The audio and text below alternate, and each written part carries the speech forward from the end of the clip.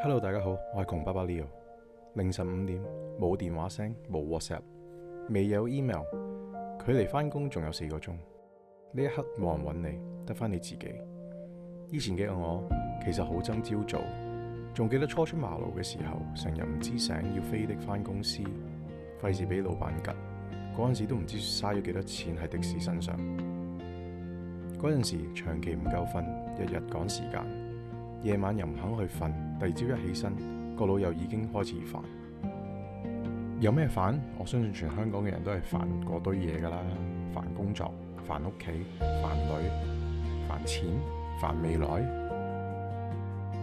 直到一日，其實我都唔記得咗點解好似係飛完外國之後嚴重 jet lag，無意間逼我嗰個禮拜不由自主地凌晨瞓醒。呢個就係我凌晨5點嘅起點。jet lag過後呢個新習慣，又唔知點解突然之間變咗我嘅日常。每朝鬧鐘一響，個身第一個反應係不如今晚瞓埋佢先啦。但慢慢我發現，原來人最需要改變嘅係自己嘅心態，同埋係一啲聽似好難，其實唔難嘅細微習慣。我後來睇咗本書叫《The Miracle Morning》，作者 Hal Elrod 講過一句話：How do you wake up each day and your morning routine dramatically affect your level of success in every single area of your life。意思好簡單，你點樣開始同實行你每一個朝早，好多時就決定咗你嗰一日你對每一件大事小事嘅成功率。哇，大佬，呢句嘢好似好宏大咁喎。以前我覺得呢啲成功學好戇鳩嘅，但而家我有少少明白，原來一個混亂嘅早上真係會令到個人成日都亂。而凌晨5點呢一個咁微細嘅習慣，就係我自己一個重新拎翻主導權嘅時刻。以前每一日都好似一直被推住行咁，工作推住你，女友推住你，社會推住你，每日都好忙。但你問我你真正想點，其實我答唔出。每日都好似條死魚咁。直到開始早起之後，我第一次有時間同自己相處，我會聽到自己內心把聲，你先會察覺原來自己一路都冇誠實咁面對自己好耐。原來當你連朝早第一個鐘都控制唔到，人生好容易一直都會被外邊嘅聲音拉住走。凌晨5點最特別嘅地方，唔係成功學講嗰啲贏在起跑線，而係原來你有一刻可以靜落嚟，你先有機會聽到真正嘅自己。咁你問啊，你朝頭早咁早起身做乜㗎？我嘅答案係，以前成日話冇時間做嘅事，但我內心知道係有需要做嘅事，我就會而家用呢段時間做晒佢，再揾唔到任何藉口。每朝早直接落街屌8K 先，之後返屋企沖個凍水涼，沖杯凍咖啡，然後就去接收上24小時嘅所有資訊。係乜嘢？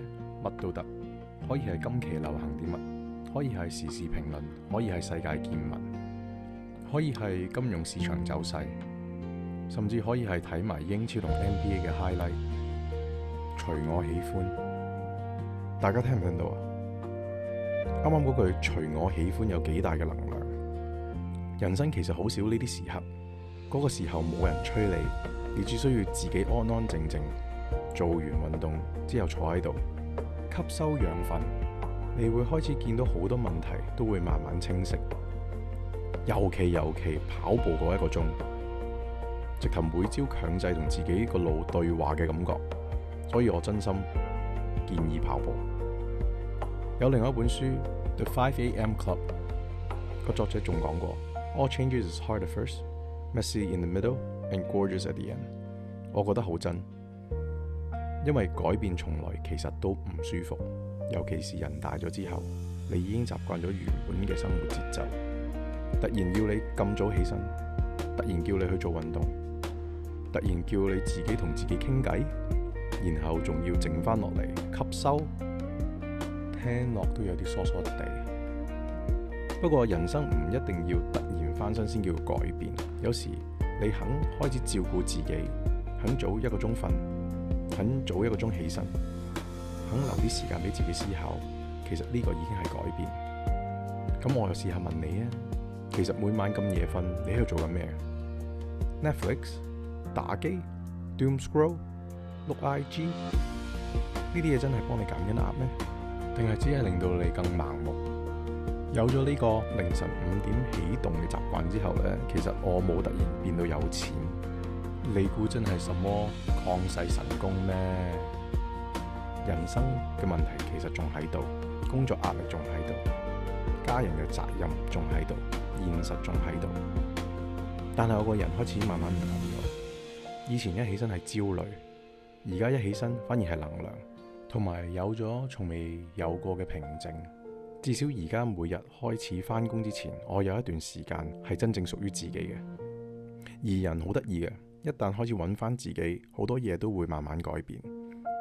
我脾氣細咗，酒飲少咗好多，煙又戒埋，冇以前咁急躁，自己內心平靜，每日慢慢見到少少嘅進步同埋改變。可能凌晨5點改變我嘅，從來唔係時間嘅本身，而係重新控制翻自己少嘅一部分人生。